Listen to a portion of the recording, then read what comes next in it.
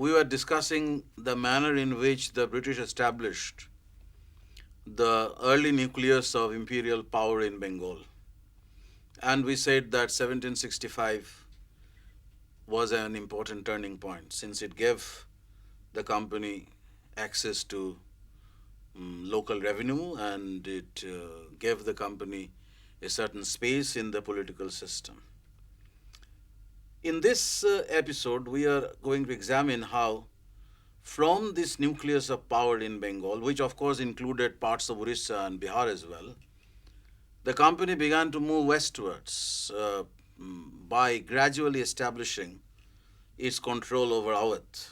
Now, historians, of course, are divided over the issue of why this westward expansion. Some people argue that it was largely to protect the nuclear zone in Bengal, that control over Awadh was needed to ward off the Marathas and the Rohillas moving from the west. Others would argue that in the process of establishing some kind of political control in Awadh, interest also began to develop. The company was interested in the revenue of the province. Company had certain financial advantages. The company was involving the king or the ruler of Awadh in various kinds of structures of domination. That is the kind of argument that comes up. And some people label it as a kind of indirect rule.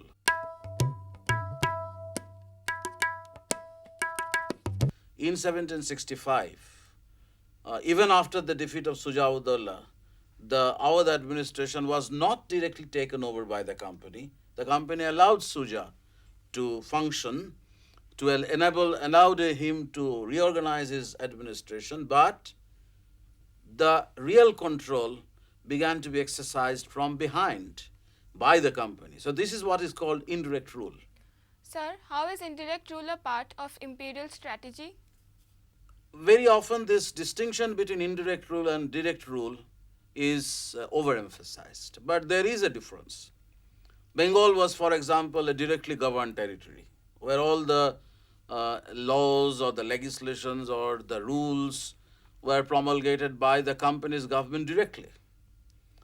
But in an area under indirect rule, the indigenous rulers were allowed to perform, allowed to function. For example, in many of these princely states which came up in the 18th century as a consequence of the decline of the Mughal Empire,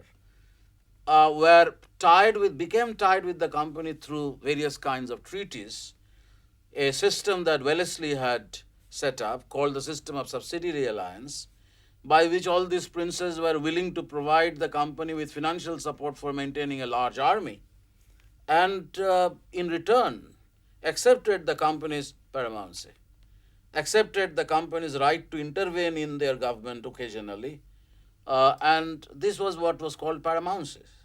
And this particular strategy was continued till the second decade of the 19th century. Then on, there was a clear shift in policy represented by Hastings of Moira, and later on by more powerfully by Dalhousie, where indirect rule was no longer preferred and there was preference for direct rule.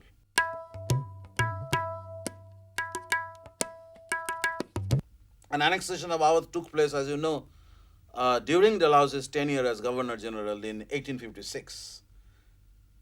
And then after 1857, once the British realized that this annexationism had produced unwelcome, unnecessary grievances among the princes, they reverted back to this system of indirect rule, so that at the time of independence, almost 1/3 of the territory of India was under the governance of these princes. So this is where indirect rule is somewhat different from direct rule. But in my assessment, whether the British were directly ruling a territory or not, if indirect rule sufficed, if indirect rule continued to provide them with the necessary advantages of political control, of resources, then why should they bother about direct rule? Because after all, direct rule entails responsibilities. So that is the reason why very often indirect rule was preferred because of the certain kind of advantage that the British had in maintaining control. So that is the kind of explanation that one can give about the notion of indirect rule, and this particular strategy of establishing an indirect rule in Awadh was followed from 1765 onwards. And as you know, Sujah-ud-Dawla virtually became a subordinate ally of the British, and it involved a very important alteration in the status of Awadh as a state.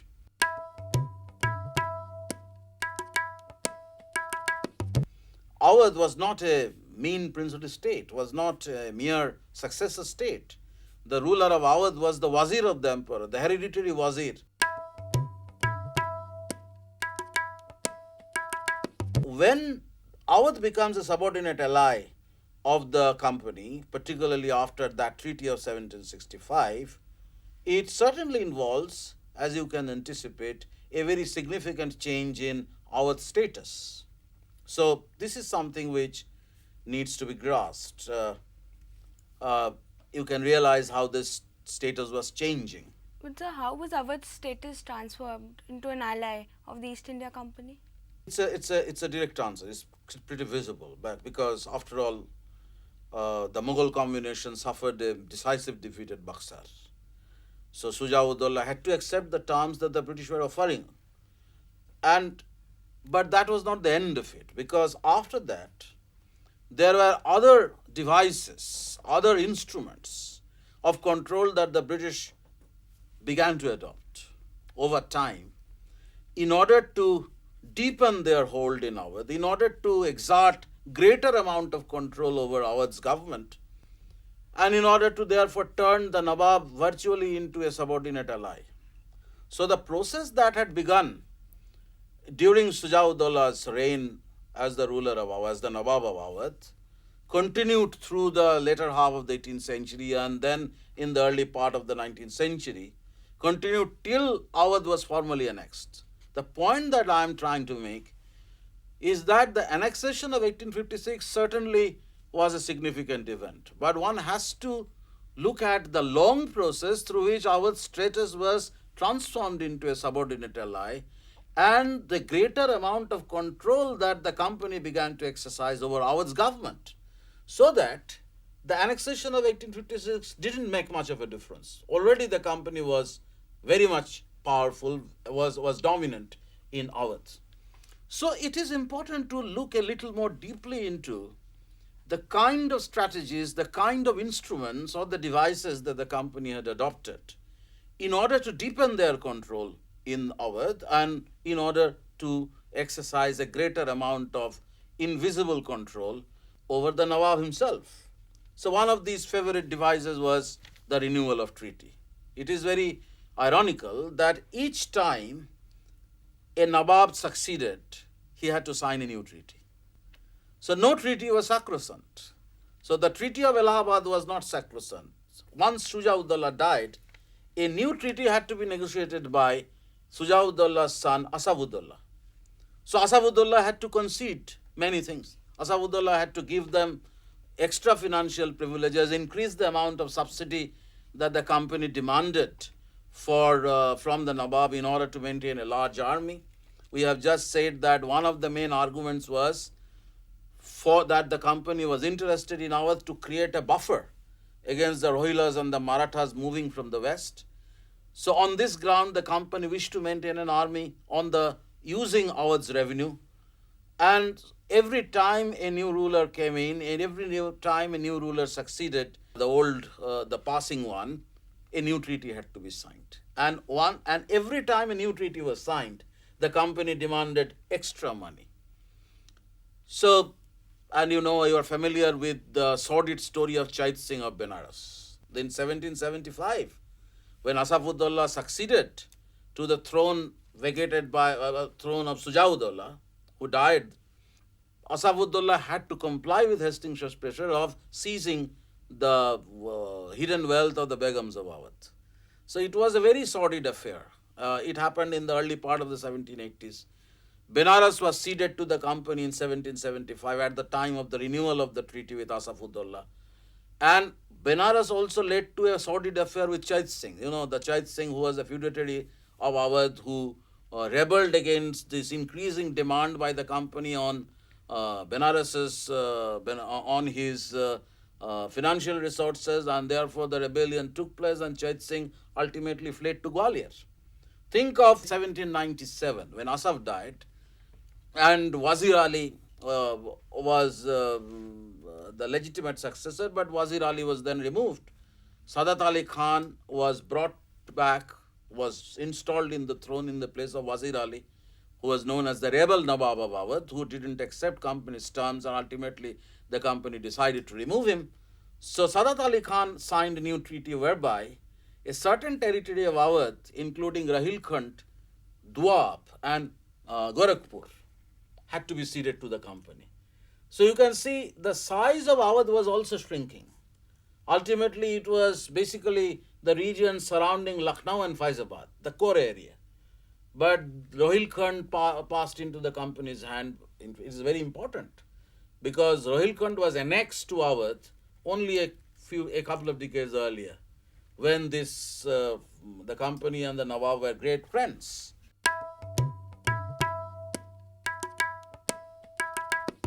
So historians describe it as fatal friendship because this kind of friendship, which actually leads to the shrinkage of the territory, depletion of financial resources, the growing control of the company over the revenue of the state, the growing intervention of the company in administration, the growing privileges of the company. For example, the company's officials or people who are dependent on the company were virtually exempted from our system of justice, some kind of extraterritorial right that the company's servants managed to acquire.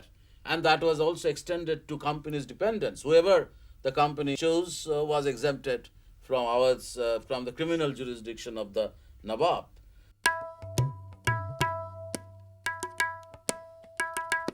Creating extraterritorial privileges, establishing commercial hegemony, getting involved in revenue administration, slicing away territory from the Nawab's control and adding them to directly ruled territory of the British.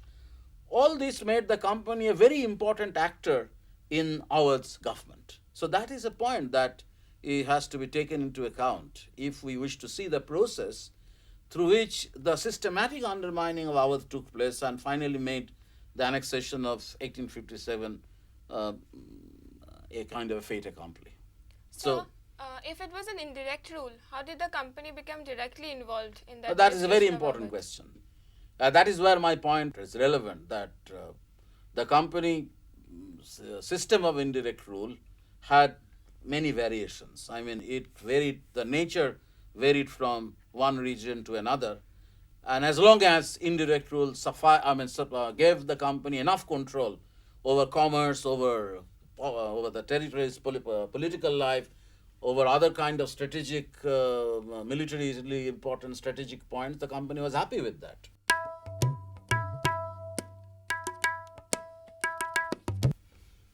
Take, for example, the way the company became involved directly in the government of Awadh through their control over the revenue resources. Revenue was, as you know, was very important because every time a new treaty was signed with the Nawabs, the company had to be given a subsidy on the ostensible ground that with this money the company was maintaining an army for the defense of the Nawab's territory.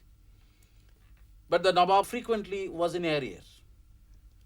So the company became accredited to the Nawab. So the Nawab was a debtor. Nawab was indebted to the company because the Nawab was failing to pay the required sum of money in time. So there is a huge increase in the demand for subsidy. And as the Nawab was failing to pay these arrears in time, the company demanded that these should be converted into revenue assignments. So in order to recover the debt, the company became a revenue assignee. The company was given the revenue farming right in certain territories from which the company would be able to extract revenue and thereby would make an attempt to redeem the debts. So the company became involved in the revenue administration. There were occasional rebellions also in some of these regions where the company became revenue assignees. The company's forces were deployed to suppress these rebellions.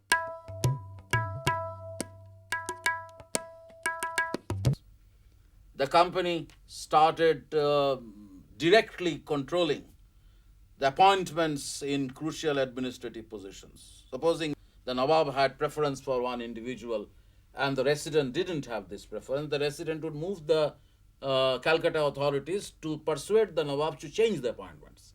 So the company's nominees would be holding crucial administrative positions.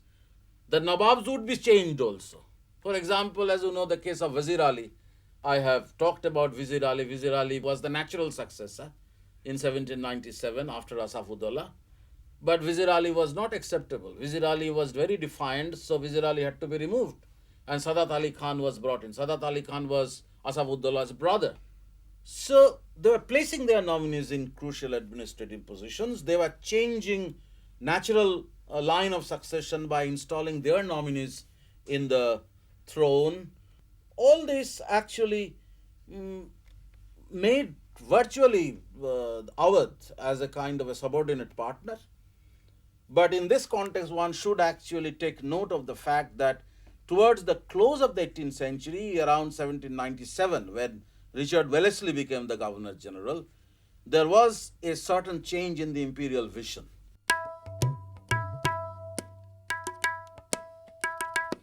There was a certain change in the imperial strategy for a variety of reasons. And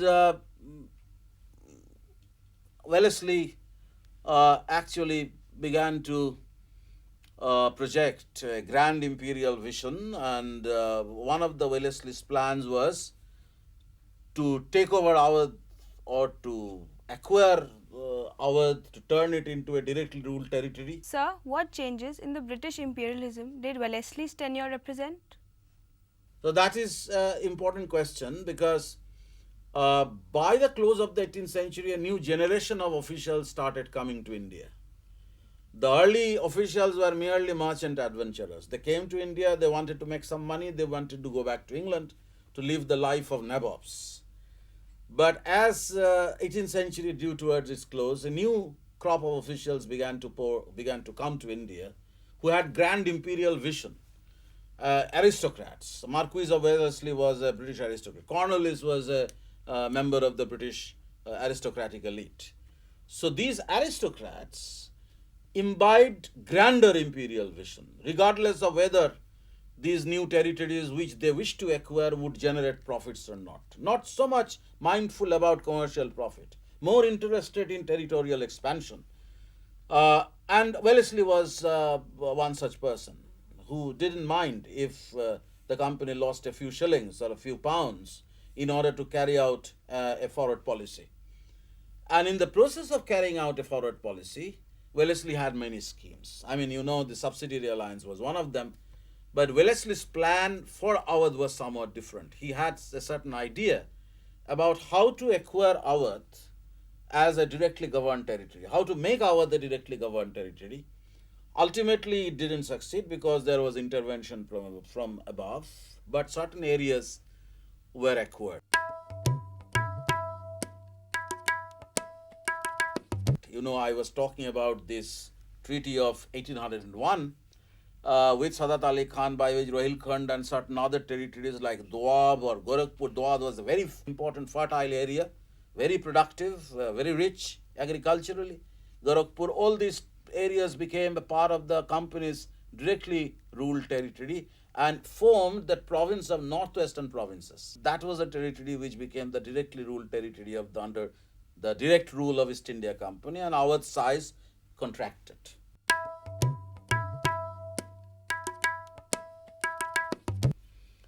So it is also very interesting that at a time when Awadh was becoming increasingly insignificant, was only nominally independent, was virtually losing control over their own men and money, Ghaziuddin Haidar, who became Nawab in 1814, assumed the title of the Padshah. And this is one of the great ironies of history, that a Nawab who virtually had lost control over his men and money wished to project himself as the Padshah, the emperor of the world, the ruler of the world. And some people say that this was an attempt to camouflage the weaknesses of the government. But Sir, is this the significance of this particular event? No, we do not know exactly what the significance was, but we can guess. I mean, one answer should be that as the Nawab increasingly realized that the entire office had become completely important in the presence of the British resident, the British resident had emerged as the real controller of affairs in Awadh. He wanted to comfort himself psychologically by acquiring the title of the Padshah. But I would say that there was a hidden British agenda as well. Because if the Wazir of the Emperor could be persuaded to proclaim himself as the Padshah, competing with the status of his own master, the Mughal Emperor, or at least theoretically, then the British agenda of desanctifying the office of the empire, the office of the Mughal Emperor, would succeed.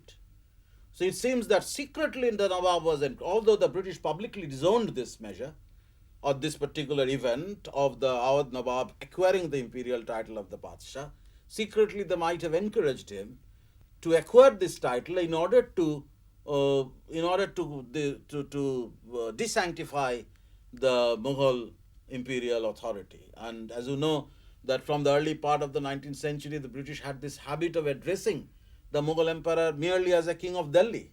There was a deliberate design on the part of the British to undermine the status of the Mughal emperor.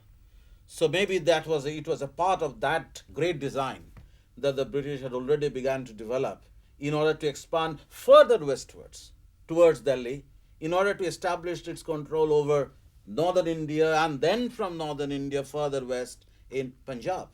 So that is the kind of territorial ambition for establishing a far larger territorial empire.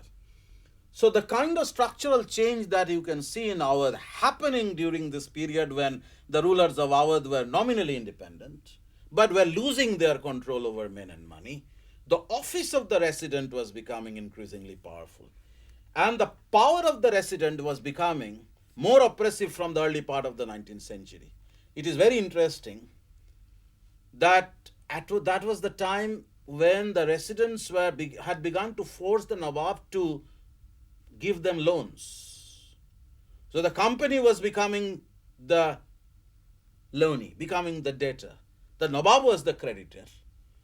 And this was one way of extracting money, that you give me loan. And the Nawab was forced to increase the amount of loan on condition, and the Nawab imposed this condition that you return this loan, although the rate of interest was very low, much lower than the market rate. The company needed money. They could force the Nawab to give them the loan, and the repayment was be made on the basis of a very low rate of interest.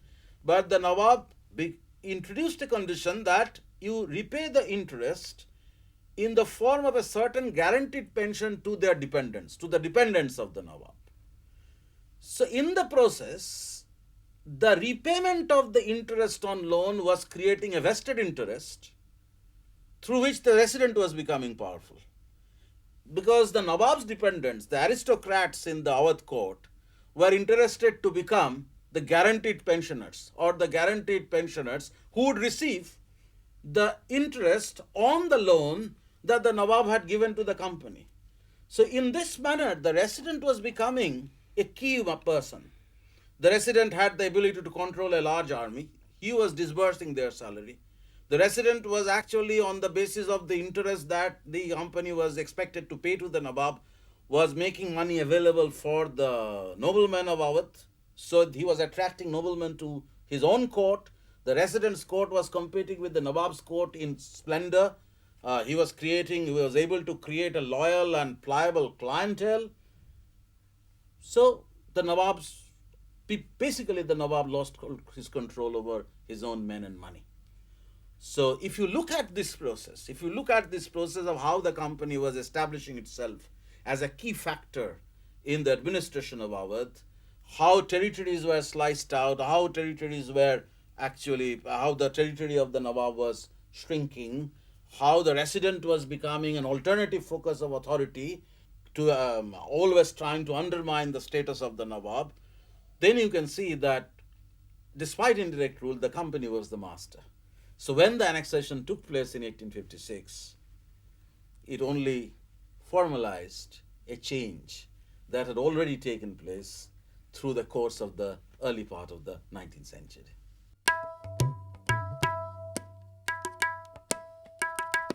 So if you look back from the vantage point of 1857 to 1765, you can see the process of unfolding.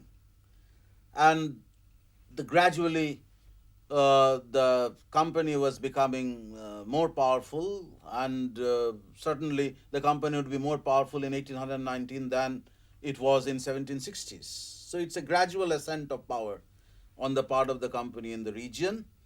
The company was interested in slicing away territories from the control of the Nawab, and Awadh was going to emerge as the stepping stone, as we were saying in the very early part of the lecture, stepping stone for expansion towards the west.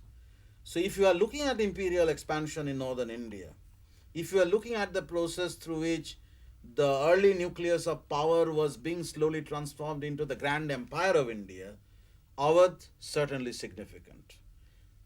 And Awadh's integration into the system of control of the company synchronized, as you know, with two major happenings in British imperial history in India. One was the complete destruction of the independent Sultanate of Mysore, which happened in 1799. You know, the 1799 was the Battle of Seringapatam, Tipu's defeat. And in 1818, the last resistance of the Marathas disintegrated. The Maratha combination suffered. The major defeat in 1818, the Maratha Confederacy collapsed. The British conquest of Maharashtra began. So to these events, we have to look, we have to study, or we have to study these events in order to get a comprehensive picture of how the Bengal, the dominion in Bengal was turning into the Empire of India.